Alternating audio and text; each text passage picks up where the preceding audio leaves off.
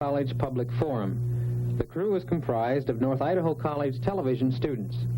Your moderator is North Idaho College political scientist Tony Stewart.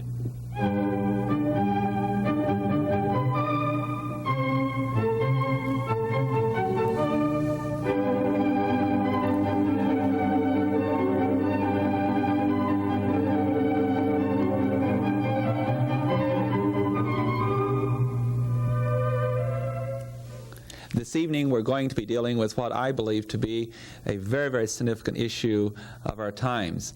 It is under the broad heading of education theory and what is going on and what should be going on in our approaches to dealing with education on a high quality.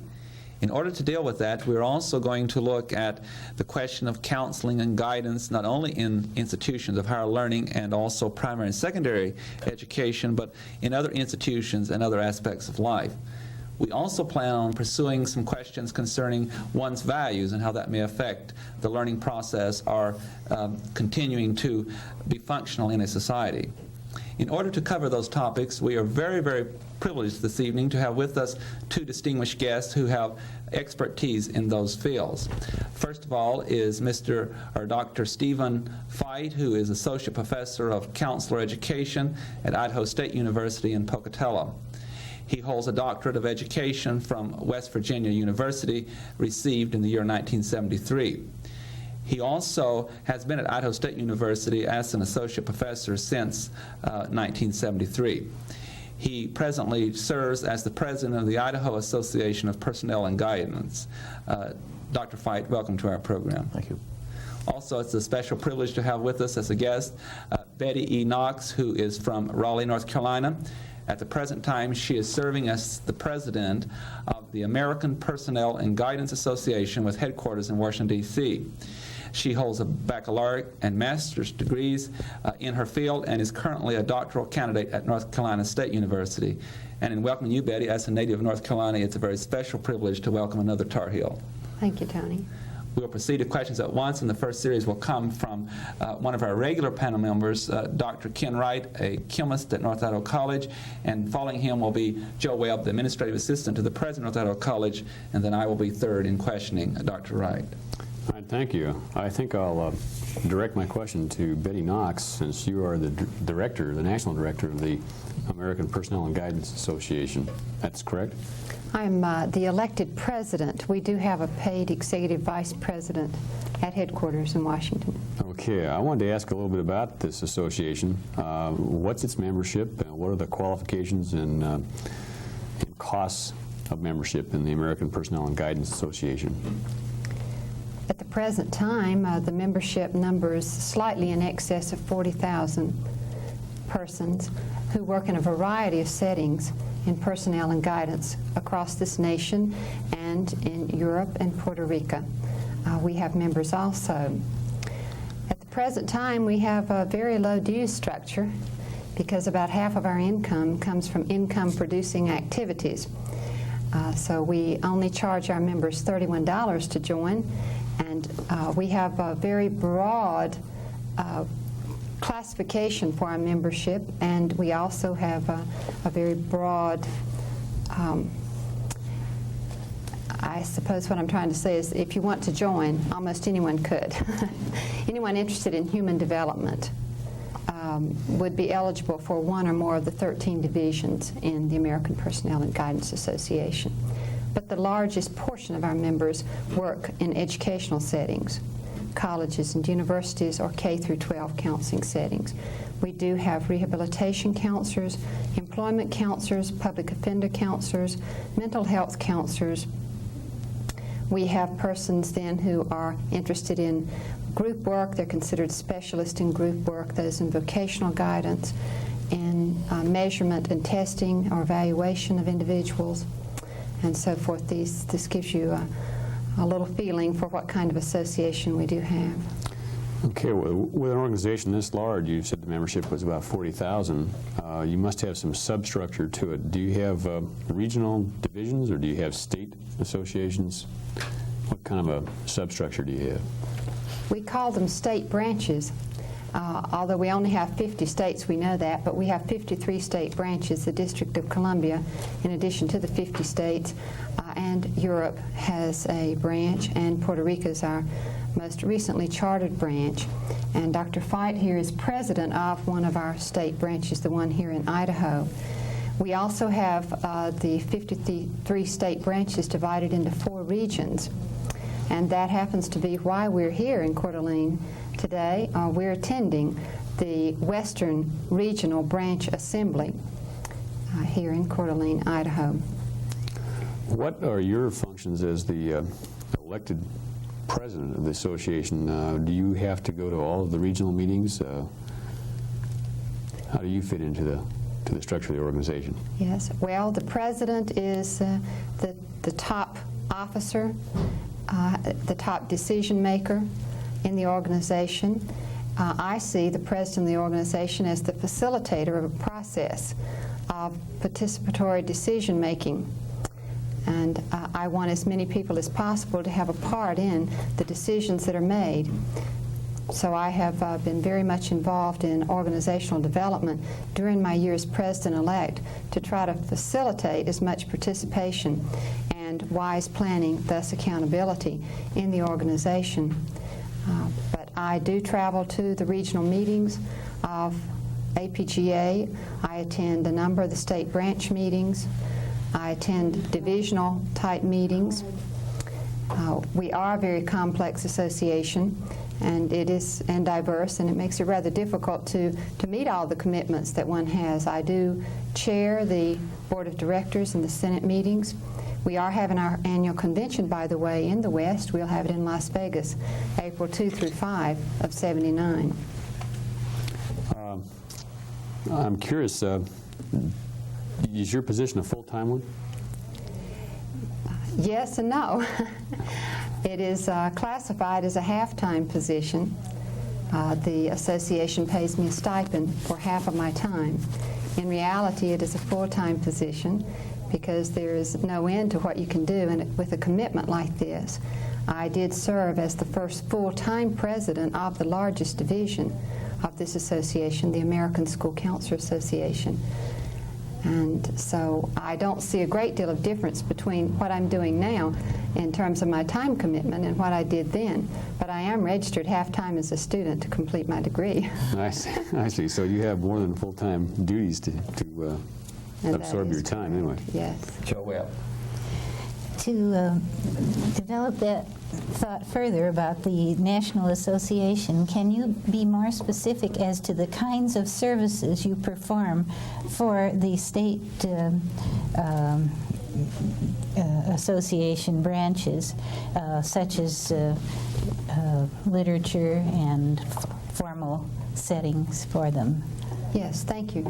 I think probably our members appreciate the publications and consider that the #1 service of a professional organization. And I think that I would speak for other types of professional associations as well, that when we join these, our first thought is that what I'm going to receive are great periodicals that are going to help me in my self-development as a professional, that are going to keep me on top of what's going on in the profession. And I think that is true in our association. We have a journal published by APGA, the parent body. Each division, each of the 13 divisions, has one or more journals that it publishes. They all publish newsletters. A number of our state branches publish journals and newsletters, depending on the size of the state branch and so forth. Among other services, we do provide workshops in the fall and the spring. CEUs are available for those workshops. We have pre-convention workshops associated with our convention. We have leadership development that we offer through the regional structure particularly. Our services at headquarters are numerous. We have our own press for other kinds of publications. We have a large number of film strips which we have published, and other materials of that nature. We have our own data processing and have our own computer, so we do a lot of work in that respect. We are very much involved in government relations, in trying to impact on the decisions that Congress makes regarding education in general, as well as guidance and counseling in specific. We are very much involved in trying to control the credentialing of those who are in our profession, to assure that those who are receiving the services of professional counselors are receiving them from qualified persons. And I will not get into all of those areas, but we are very much involved in accreditation of counselor ed programs, of licensure, of developing a national registry, and of course we have already adopted the professional preparation and standards. And Dr. Fite might like to address some of these services that he sees coming from the vantage point of the state branch president. Dr. Fite? Thank you. I think that, as Betty pointed out, the thing as an individual member, which I find to be most beneficial in our association, are the publications, various publications that come out. There's a newsletter which comes out quite regularly there in each of the sub-areas, the mental health counselors, the group workers, the vocational guidance, etc., offer journals, as well as a monthly journal from APGA. And so as an individual member, I find the journals and publications really indispensable. As a teacher in counseling, APGA also offers a very fine film library and other kinds of media and material that is fairly inexpensive to rent or buy to be used in classrooms and in giving presentations to various PTA groups or other civic groups like that. And as a state branch president, their help is really indispensable. They have all kinds of pamphlets and booklets on things that, how to organize your state branch, how to have a membership drive, how to organize leadership training for your state people, and many, many really fine programs that help the state associations to function more smoothly and to meet the needs of the people of the state more efficiently. Just to enlarge upon that a little, is your state branch involved in all 13 of the subdivisions that, in fact, I don't think we've ever expressed what those all are. Perhaps I could ask you to list them, or Betty Knox, to list those branches. All right, the 13 divisions that we have the American College Personnel Association. These are primarily persons who work in student personnel, student affairs type positions, involved highly in student activities on campuses of higher education. We have the Association for Counselor Education and Supervision, and these are persons who work in colleges and universities who train counselors, and those who work in local education agencies or state departments, state education agencies in supervision of counselors, or often they're called consultants. We have the National Vocational Guidance Association. This is one of those divisions that goes across all the others. Any person in the association might want to join this one, and many times we have a variety of people there. This is providing the information and the skills for vocational or occupational guidance. We have the Association for Humanistic Education and Development, and I think that name is self-explanatory. We have the American School Counselor Association, the Association for Rehabilitation Counseling. We have the Association for Measurement and Evaluation and Guidance, the National Employment Counselor Association, the Association for Non-White Concerns in Counseling, and the Association for Religious Values in Counseling, and the Association for Group Work. They're called Association for Specialists in Group Work, and the Public Offender Counseling Association. And our newest division, which we just chartered this summer, was a group of persons already organized as the American Mental Health Counselors Association. And of those, how many are actively formed within your state group, Mr. Fite? Our state has only chartered the Idaho School Counselor Association. I see. So that of all of those that Betty talked about, we have chartered just that one. However, there are people in Idaho who are members of almost all of those 13 divisions. I myself am a member of 3 of them. but there aren't, being a small state, there aren't enough people to organize a separate state chapter for all of those things, though I think you'll find almost all are represented by a few people in our state. I have one quick follow-up question, Dr. Fite, with what Joe Webb's dealing with, and I'm going to pursue a question with Betty. In the Idaho legislature, we hear much about education and guidelines, supervision that are directed at the State Board of Education that deals with all education in the state. And recently we've had the issue, or the 1% initiative that affects education and so forth. My question is a very broad, general one that you can zero in on what you wish to do so, but what part does your organization play in Idaho public policy decision-making? Do you lobby? You try to influence the standards that are used in education? We hear much about the Idaho Educational Association and its work, but what role do you play in public policy? Okay.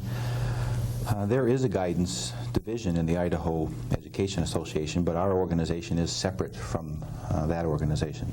We do try to influence the legislature and things which we think are important concerning counseling in general in the state of Idaho, and the State Board of Education in those areas which we feel are important for school counselors in Idaho. Several years ago, it was very important for us and particularly important for school counselors, and we worked very hard and tried to cooperate with the state legislature. And Idaho can be very proud of being one of several states which has a confidentiality law for school counselors. A very important thing for school counselors, and our organization was one of the primary movers and motivators in influencing the legislature to pass that bill. So when there are things which are very important to us, we try very hard to do legislative work that will benefit our association. Currently, we are involved in trying to influence the passage of a counselor licensure bill. At the present time in Idaho, anyone with any kind of credentials can call themselves a counselor. And some people who call themselves counselors are very excellent counselors. They have considerable amounts of training and experience and can give people a great amount of help with personal and vocational problems.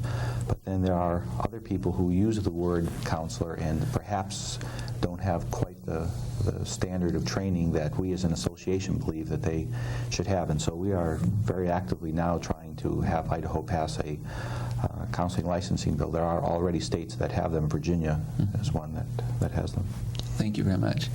Betty, I feel rather frustrated with the question I'm about to ask you. I'm going to ask a question that would require a week's workshop to answer, and we don't have that much time, but I'm going to deal with it anyway. In discussions with you I've already had, I was impressed very much with your concern that in even high school, but particularly in college and then in other walks of life, that we have a high dropout rate. People become frustrated and seem to give up. And I know that you are somewhat of a disciple of Dr. Malcolm Knowles, who is a professor, distinguished professor at North Carolina State University and a graduate of Harvard. And particularly what I'd like for you to address yourself to is the comment that you made to me yesterday when you indicated that in education we seem to have the problem of trying to present many facts to students, but that we do not provide them the processes that they need, and with a awareness of those processes can gather facts much on their own, that we are highly structured, and through that process, or through that structured technique, we may be losing a lot of students that we are at fault ourselves. That's a very long and involved question, but I wish you would take some time with our viewers. I think they would be most interested in some of the new approaches that you're involved with of trying to get down to really what is learning, and it can be fun. All right, thank you, Tony. If I tend to go on and you want me to digress, please feel free to interrupt me and ask me to speak more specifically to a certain question.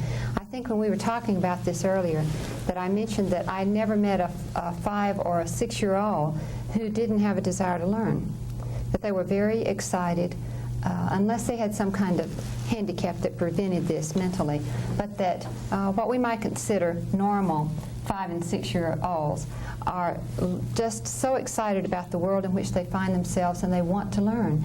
But then they start to school. And I worked for 19 years out in schools, so I tried to affect change. But I also tried to figure out what the causes were of what we were seeing happening to students after they started the school. But I saw students becoming stifled in the learning environments.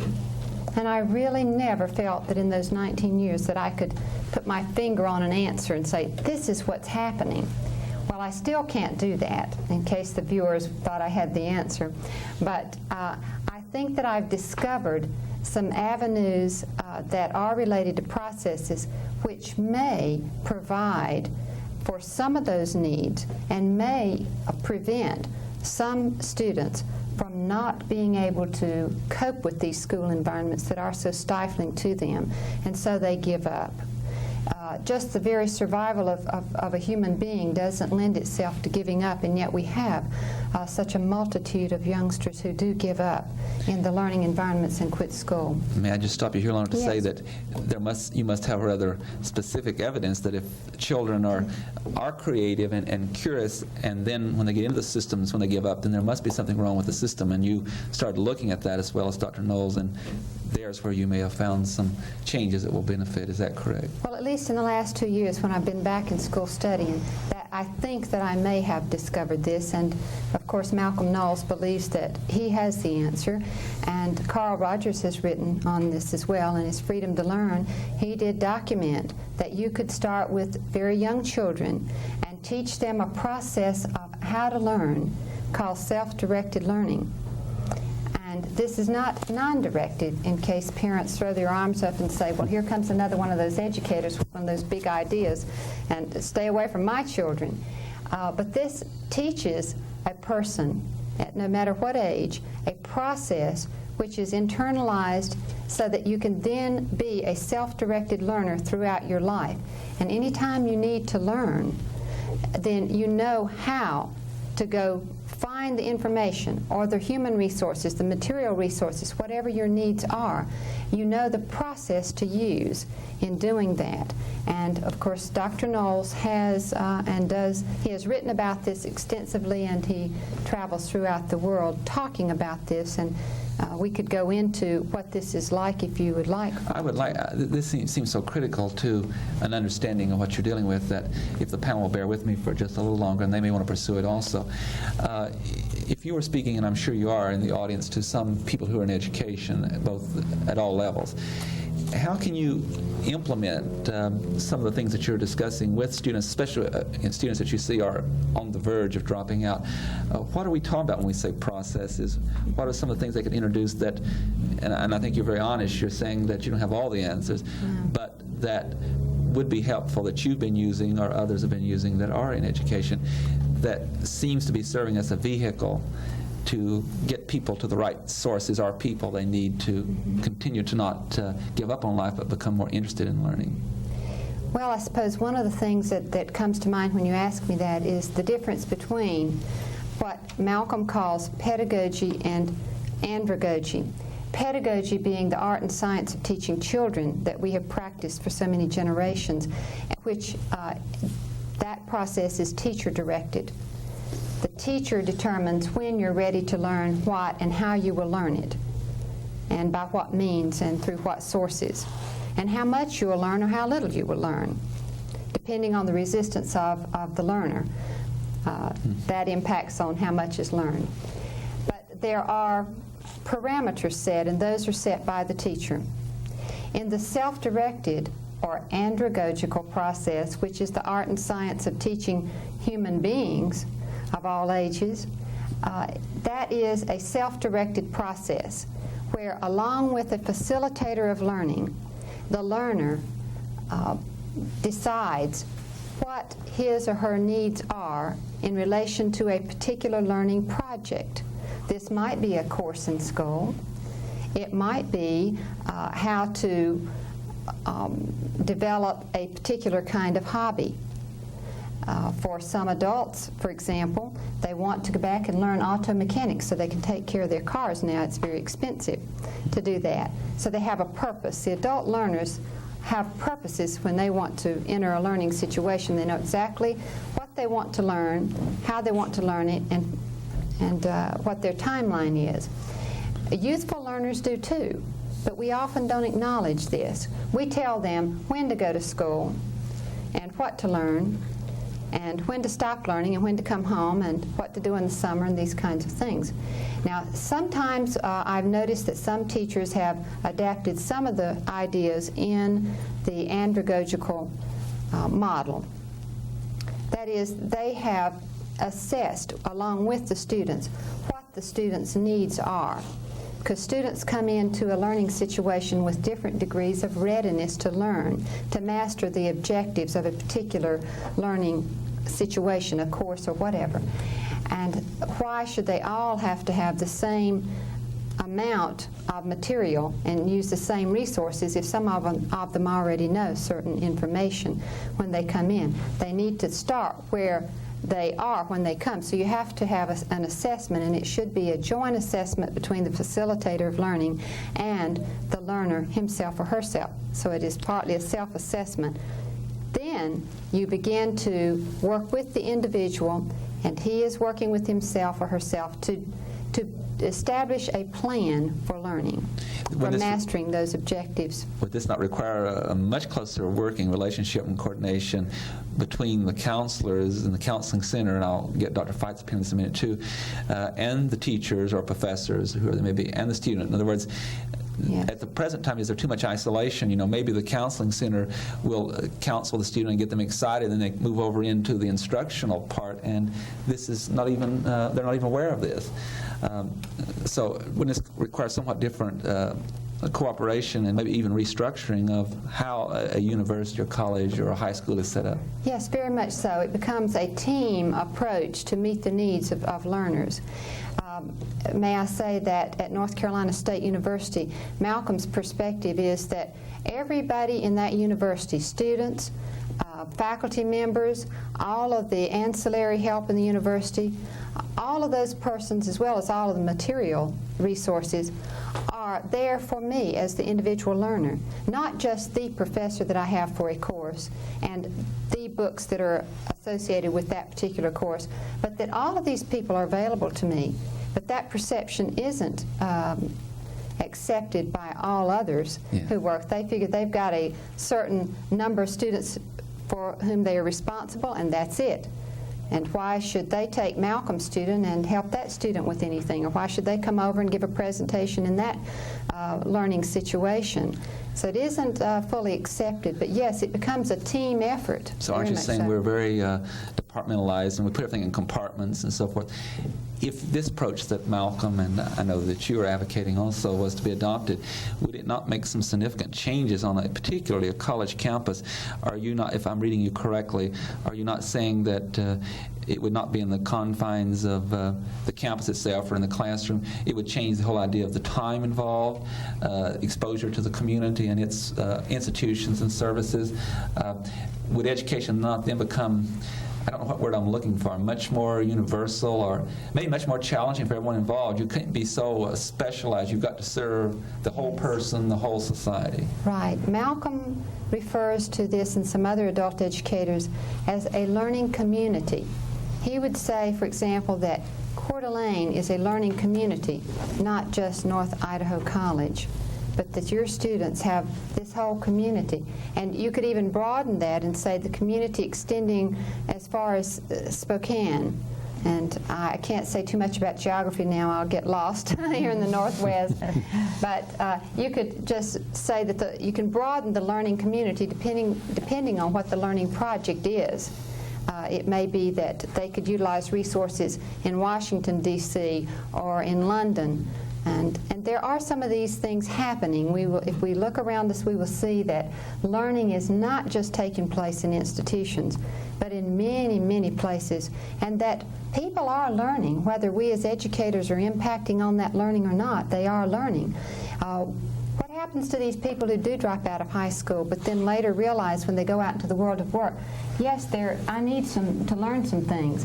We find them coming back into alternative school programs, non-traditional approaches to learn that which they had an opportunity to learn, but under a different kind of philosophy. They come in now under one that is more self-paced, where their needs, their individual needs are met, where they take the person where he or she is in math, science, English, or whatever the learning situation is, and move from there. I'm almost asking the question, which came first, the egg or the chicken? Yeah. In your question where you're talking about people in midlife returning to school, are they returning because the system has changed, or are they changing the system? In other words, you and I were talking last night about if an instructor is very rigid, he says, you're going in this class to do exactly this, nothing less, nothing more.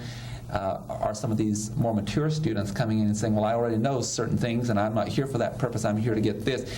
Will that cause the instructor to be forced to change because he's no longer dealing with such a specific population, but he's dealing with much more variety?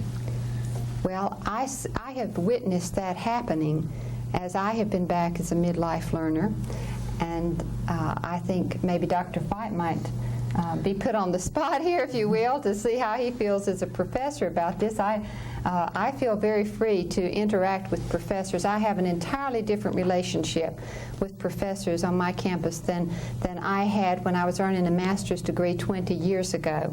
When I was, I will admit, very intimidated by professors. I thought I had to do just what I was told when I was told to do it, and never talk back, polish the apple, if you will. Now I'm concerned, yes, because I'm working toward a degree, so I've also got to fit into the requirements and the process, but I also have some securities that I didn't have then. I have knowledges and skills and experiences that I bring to the learning setting that are very valuable for other learners, and I can learn from them, and that's a part of this self-directed learning too. Dr. Fott, let's get your reaction to this theory.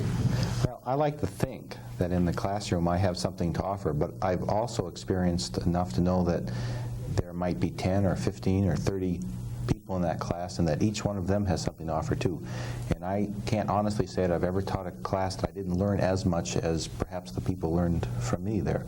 But sometimes we don't like to recognize that students in the classroom have a lot to offer, but I think it's really short-sighted to think that. There's just a lot to be offered from each individual student. Especially, I'm really pleased that there are more people who are changing careers, who are going back to school after long absences, because their perspective in the classroom is different than the student who's come straight through school, and usually they have a lot more life experiences and have just a lot to offer in the classroom. Would you say that you have a more wealth of resources in the classroom because you've got different experienced individuals at different ages? Absolutely. Absolutely. I apologize to the panel for dominating the time. I'll return to Dr. Wright. Well, I'm fascinated by this discussion we've got into, so I want to continue it. Your discussion of some educational philosophies hits a particularly keen point with me, because I've been concerned about this in my own classroom teaching and out of the classroom also. I noticed you were very careful to state for the listeners that you were not talking about a non-directed learning program, but a self-directed learning program.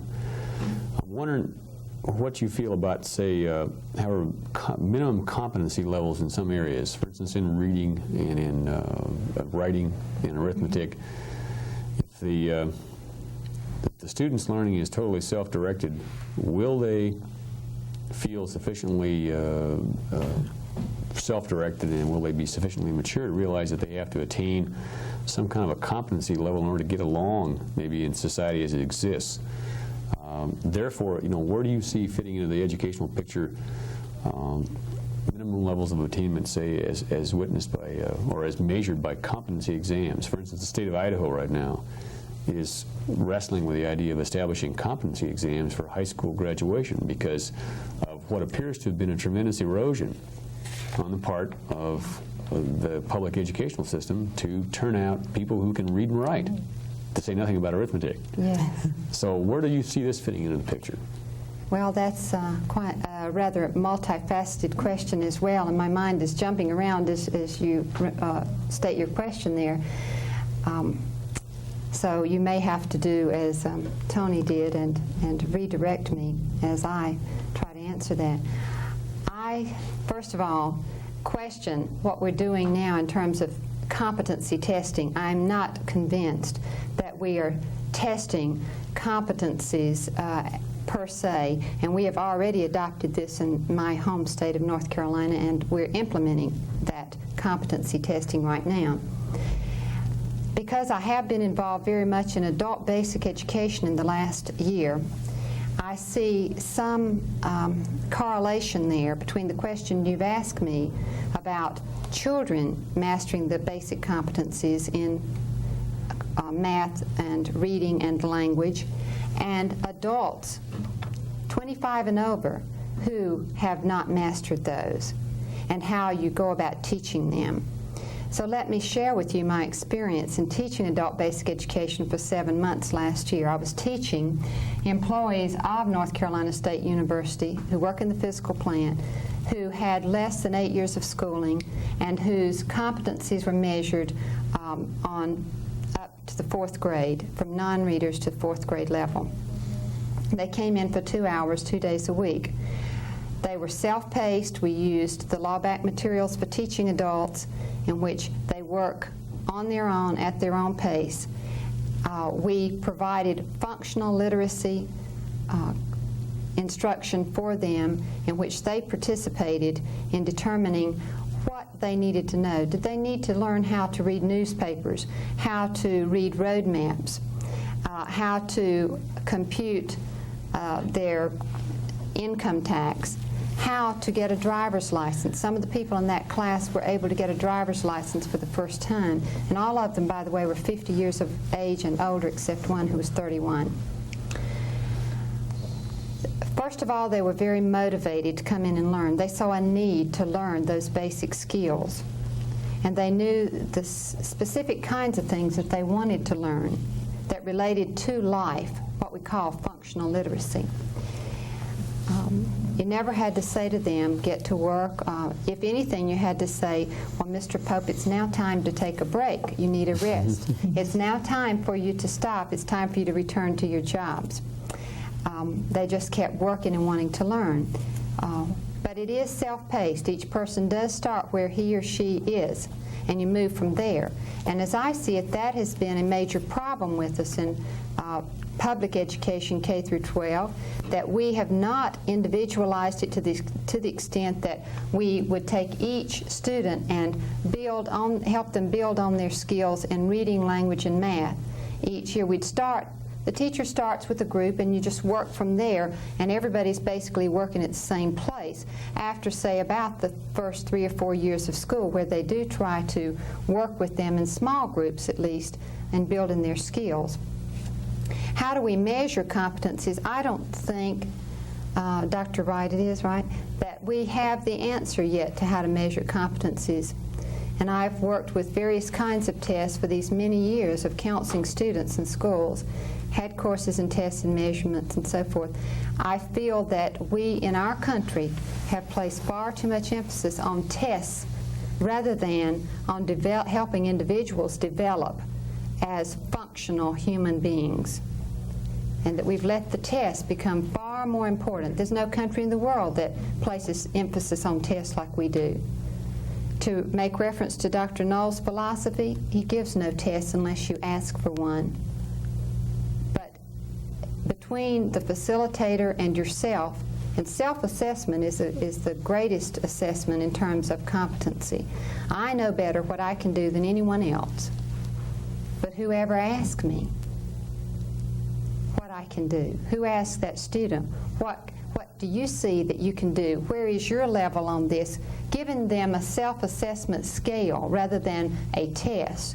Let them assess themselves and show you how well they can read, show you how well they can compute an income tax form or balance a bank book, checkbook, or how well they can write a sentence about something in which they're interested. There's a key too. I did not want to return to school 2 years ago and take something in which I wasn't interested. I wouldn't have wasted my time as an adult. But we think, we being adults, particularly people between ages 25 and 55, we think we have all the answers for those under 25 and all the answers for those over 55, and so we control the decision making without a great deal of input from these two groups of people. And now we're finding the older adult more and more saying, don't tell me when to sit on the shelf, when to retire. because I have yet something to offer. Help me find out what that is. And so I think our children feel the same way, and their frustrations come out in many ways in the school. It could be a contributor to vandalism in schools. It could be a contributor to the lack of discipline. It could be a contributor to the lack of developing competencies that will help them to be functional adults. Let's get back, if Tony will let me, to the public school system, particularly the elementary school system. When we've got these children that I think everybody would agree were fairly moldable, can we allow them to decide their own direction? Or do you think we ought to impose, as adult educators, some sort of direction as far as the way their development will take place in terms of basic skills? In other words, you mentioned adults. They come back and they're real motivated. First of all, they're highly motivated. Secondly, they're very directionally oriented. They know what they want. Now, does somebody that's 5 or 8 or 9 years old know what they want for sure? Or do we need to have some kind of direction at that level so that we develop in the maturing individual who are going to spring out into society sometime here out of a formal school setting a certain level of attainment in basic skills? I would say unconditionally, yes, we must set a certain level for the development of these skills. My problem is with how we measure them. But in self-directed learning, the learner does not establish the level of competency that is required for mastery. The facilitator of learning does that, the authority, if you will, the expert in that particular area. Then the learner, himself or herself, does say, yes, I will strive to attain the competency to this level. And in a sense, that's what youngsters say every day by the varying degrees in which they respond to what we throw out to them in the classroom. Just as your students do here at the college. They don't all master the courses on the same level or to the same degree. And there are a lot of variables that play a part in that, interests and abilities and so forth. But my answer is yes. I think definitely we set the parameters in terms of the competencies and the extent to which we as the experts, if you will, determine when you are functional, at what level you're functional. And then we work with the learner to find the means to reach that, and we try to provide the encouragement and the environment and the facilities and the learning resources for the learner to reach that. But the teacher doesn't do it all by directing the student. The student has input into choosing which of those resources, human and material. Joelle. I think you said a key word there, and that is choice. Having had children of my own who went through the school system, I think that I sensed even from their earliest primary school years very often a great frustration at having to do things a certain way and with no choice. And consequently, at times they were very turned off, one or the other. And in this newer philosophy of student-directed learning, would we be requiring the primary school teacher to be both a counselor, in other words, to draw the student out to find out what he wants, what his inclinations are, and a facilitator as well? Yes. I see. That is correct. Mm-hmm. And in fact, teachers are called on to be counselors. They may not bear the title, and they may vary in the degree of skills that they have in relating to human beings in a counseling relationship where you do allow the other person to make his or her own decision, but you try to help them acquire the processes and work through the processes to make decisions and to learn what they need to learn. This would require some retraining and upgrading of skills of some of our teachers, because there's a great deal of security in doing things the way you know already how to do them. That isn't said very well, but we're secure in what we know how to do, even if it isn't the best way to do it. And we'll keep on doing it that way until somehow we're provided with justifiable means to find better ways of doing it. And I think this is what Dr. Knowles does is he moves across the world, in fact, conducting workshops in business and industry and in educational settings, is trying to help others see that the process is not that complicated. It does require some retooling of one's skills, the acquisition of some new skills, and in relation to the process, but that it is quite possible to do this if one has a commitment. And so he hands out, in addition, hands full of courage to say, try it and see if you can make this a part of your lifestyle. I believe the easiest way to do it is to go in and experience it yourself and become a self-directed learner yourself. But you see, we are perpetuating the same philosophy throughout our educational process because those who teach have gone through a pedagogical process, even through a doctoral program.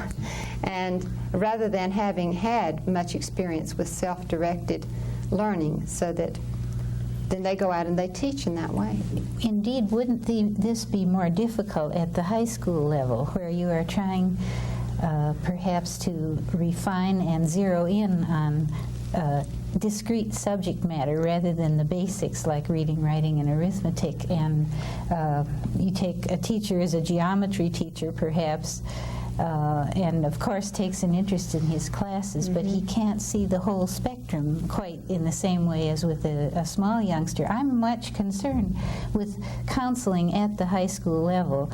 My perception of what a counselor does at the high school is perhaps faulty, but I don't get the impression that they're involved in the teaching methods or in the climate at the school. They may advise on courses or on overloads or extracurricular activities, and maybe not enough on taking the right things for college, because it's hard to...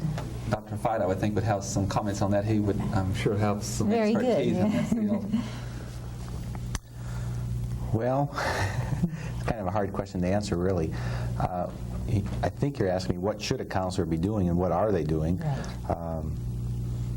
We used to teach a long time ago in counseling, in the training programs, that a counselor should be prepared to help people with their personal problems, and that was including vocational problems, and that they should wait in their office, and when someone knocked on the door, they should invite them in and be very warm and friendly and accepting, and talk with them and try to help them accomplish whatever it is that they needed to accomplish. But we haven't taught that way for a long time. And so I don't know about your local high school, but those who have gone through a training program more recently will be the kind of counselor who is out in the halls and is in the teacher's room, observing the teacher, trying to be of some assistance in dealing with behavior problems in the classroom, in a sense being a consultant to the whole school program. How does curriculum fit into personal development? The counselor is still interested in personal development, but now it's just not behind his or her office door. It's what in the curriculum adds to personal development? How can the counselor help the teacher in the classroom with behavioral problems, with encouraging children who don't seem to do too well? Along with what Betty was saying before, yes, we have to have minimum competencies, but there are lots of students in some subject areas that can go considerably beyond where the average person in the class goes, and yet that's not encouraged very much. And so that's a counselor's job now, too, to try to encourage those students who can do exceptional work or can go at a faster pace, and also to encourage those who can't go quite as fast, and to work with parents. A lot of parents are very frustrated with their children nowadays. They don't seem to be able to understand why their children weren't like they were. Well, it's my own personal experience that many of us, when we get to be adults and have children of our own, don't remember what we were like when we were kids. But aside from that, it's a different world than the one that all of us grew up in, and a lot of people in Idaho and all over the country want to emphasize reading, writing, and arithmetic, and that's really important, I think. But it's not the same world as the one that we grew up in. It's moving faster. There are satellites circling our country. There are all kinds of things going on that didn't happen when we were youngsters, and today's kids have to learn to deal with that more efficiently. And so that's a need for some of that. So the role of the counselor has really changed a lot. I'm glad to hear that. My observation has been that I don't feel that the students coming out of high schools have a broad concept of the world in which they live. And very often when you ask them what their interests are and what maybe they would like to study in college or what work they want to go into, they'll shrug and say, I don't know, and you realize that they haven't been exposed to the life situation. And it seems to me that a high school that is entirely within the walls of the school building is not functioning in a useful way. I think that's what Betty was talking about earlier, the learning environment. Well, it's more than just the building that the high school it's in. It's the whole community. And many times I hear people say, well, you know, those kids today, and they don't really know any of the specific kids today, except unless they happen to have kids that age. I think that high school kids and junior high and elementary kids should be in the community a lot, should be doing community projects. They should be having people from the community into the schools to see what's going on, to help participate. I think we in education sometimes think that the only people who do any education are the teachers, and that's absolutely false. We learn things every day from all kinds of people in all walks of life, and we don't, but it's not systematic. Because we are fighting the clock, I won't interrupt. That's an advantage you have when you're the moderator, and get from both of you another area that I think is so basic and very fundamental in all that we've been dealing with, and you would in any field in life. And Betty and I, again, last night had a conversation on the question of values of persons of all ages. And Dr. O'Keefe, who's at Washington State University, a distinguished gentleman, has done some outstanding work on value testing and of individuals, and Dr. Laswell, who certainly has been a well-known political scientist, has tested values. And out of their studies and through empirical data, it seems to me that there's overwhelming evidence that our behavior as human beings is based upon what we consider our values to be and the importance we give to them and the priority. And Betty, we'll start with you and then ask Dr. Fite to also participate. In your work that you've been doing, and also growing up in a part of the country where I did, where values are very traditional and stressed with great emphasis in a more rigid way than they are in other parts of the country. How is this affecting this change that Dr. Fite just talked about, our values, or parents and their students, their children who are in college and so forth, looking at values somewhat different? What are the implications of all this? What change does it bring into society and to education? Well, in reflecting back on our discussion about this, I think I recall sharing with you some changes that I saw occurring in those 19 years when working with young children and young people. I began to associate with some of the problems that were brought to me by the students and their parents that the high school students weren't sure of what was important to them. They weren't sure of what they prized and what they cherished in life, which is the way we describe values. And they weren't sure what their parents prized and cherished. They weren't sure what was important in the culture. They just heard so many different things. They weren't sure what was good and was bad, so to speak, from the teacher's perspective, from the parents' perspective, and other significant adults in their lives, which I think all of us here as adults had that. We had parents who said, this is right and this is wrong and this is good and this is bad. And maybe what your parents said were not the same as mine, but nevertheless we had some basis for building our values because we had heard that and that had been stressed to us. But I saw happening in the 60s and on into the 70s less and less of this. Not that some parents weren't doing it, but there were parents who weren't as giving the students a clear picture, their own children a clear picture of what their values were, so that the youngsters were having difficulty saying, what do I cherish, what do I value? And related to that, of course, is the decision making, and that's where I would get into it on the high school level, particularly where we were trying to talk about developing your plans for the future after high school. What are you going to do? What do you want to do? And so forth. And we don't make any decisions, so some authorities tell us,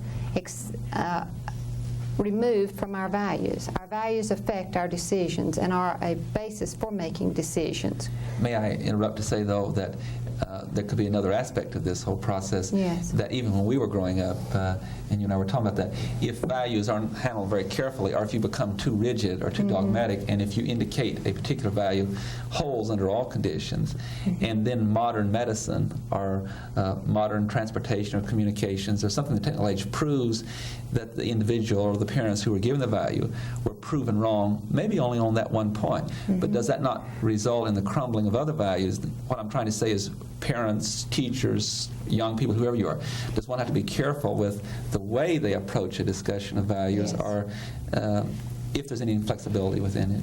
Yes, Tony, and I think that probably is why some of us, and I feel that I was one of those parents too, who probably didn't stress it nearly so strongly as my parents had. I think I was a little too skeptical about influencing my daughter too much. I wanted her to be able to stand on her own 2 feet in terms of what her values were and her decisions and so forth, without realizing that she needed, first of all, to know what the values of the significant adults were, and then she had to weigh those and decide whether they fit in to the lifestyle that she was going to have in the world in which she found herself. But I think that maybe too many of us were affected by some of the psychological theories that said, be careful, parents, you don't want to overly affect your children and what they think and how they value. Do I sense in what you're saying that we might be going from when you were growing up to a very rigid set of values to the other maybe extreme of let's don't discuss them very much at all, to where we might be moving now to somewhere in between, that we need to talk about them and understand them, but not in the same context they were 20 years ago as far as the rigidity. Right. We're about out of time, Dr. Fite. We need to get your reaction to this question. Well, I think I can maybe best sum it up by saying that the job of a counselor, a professional counselor, is to put him or herself out of work. In other words, that you're not there to solve the specific problem that the person comes in to your office with, or that you meet in the hall or wherever, but you're there to help that person decide for themselves a decision-making paradigm, a way of deciding how they're going to decide issues. And so the answers change every day. Our satellites and technology have shown that the old answers don't hold up very long. But the process for deciding that answer for ourselves is the thing that stays constant. And so that's what we're stressing now, is how to make that decision, not necessarily the answer. Are we coming back on the end of the program where we maybe started for 15 minutes of the program, that it's not, again, a question of feeding so many facts or so many absolutes, but how can we provide for all of us a vehicle in which we can analyze those and then in a free society make some decisions for ourselves once we're adults? Yes. Right. I'm afraid I'm going to have to call time. The clock is caught up with us. It seems like on this program that time is an enemy. We have many other questions we want to ask, and I believe the viewers would agree with me that, and the panel, that we wish we could continue and ask other things. But I want to express our appreciation to both of you for a very enlightening program. Thank you for the opportunity. Thank you. Ladies and gentlemen, our guests have been this evening Dr. Stephen Fite, who is the president of the Idaho chapter of the American Personnel and Guidance Association, and is a professor at Idaho State University. Our second guest has been Betty Knox, who is the president of the American Personnel and Guidance Association. Please be with us again next week, when again we'll be interviewing a personality that we believe will be discussing a significant issue. I am your moderator, Tony Stewart, wishing you a good week.